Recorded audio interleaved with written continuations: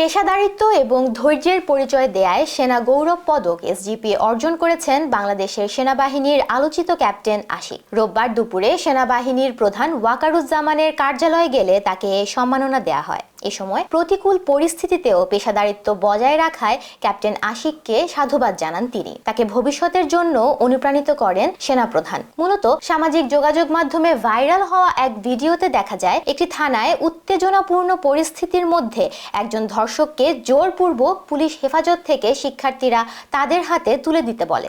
এমত অবস্থায় শত আক্রমণাত্মক প্রচেষ্টা সত্ত্বেও ক্যাপ্টেন আশিক শান্ত ছিলেন এবং আইনি প্রক্রিয়া অনুসরণ করার জন্য সকলকে জোর দেন। পরিস্থিতি সামাল দেবার পাশাপাশি সেটির সমাধানও করেন তিনি। এই জন্য প্রতিকূল পরিস্থিতিতেও ধৈর্য এবং পেশাদারিত্ব বজায় রাখার জন্য ক্যাপ্টেন আশিককে সাধুবাদ জানান সেনাপ্রধান।